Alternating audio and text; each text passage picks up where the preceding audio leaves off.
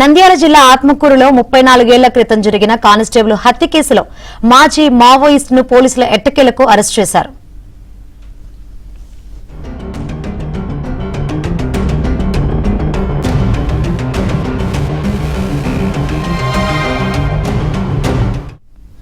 తమ ఉనికిని చాటుకునేందుకు 1992 మార్చిలో భవనాసి దళానికి చెందిన 7 మావోయిస్టులు ఈ ఘాతుకానికి పాల్పడ్డారు. వెలుగోడు పోలీస్ స్టేషన్లో విధులు ముగించుకుని ఆర్టీసీ బస్సులో ఆత్మకూరుకు వెళ్తున్న హెడ్ కానిస్టేబుల్ షేక్ అబ్దుల్ కరీంను కాల్చి చంపారు. ఈ ఘటనలో 7గురిపై కేసు నమోదు చేసిన పోలీసులు 6గురిని కోర్టులో హాజరుపరిచారు.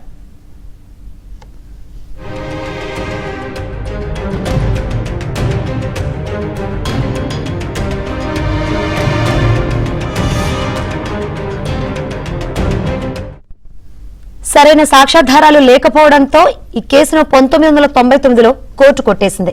కానీ ప్రధాన నిందితుడు మాడుగుల సుబ్బన్న అలియాస్ గుంటూరు గద్దర్ మాత్రం పోలీసులకు చిక్కకుండా అజ్ఞాతంలోకి వెళ్లిపోయాడు.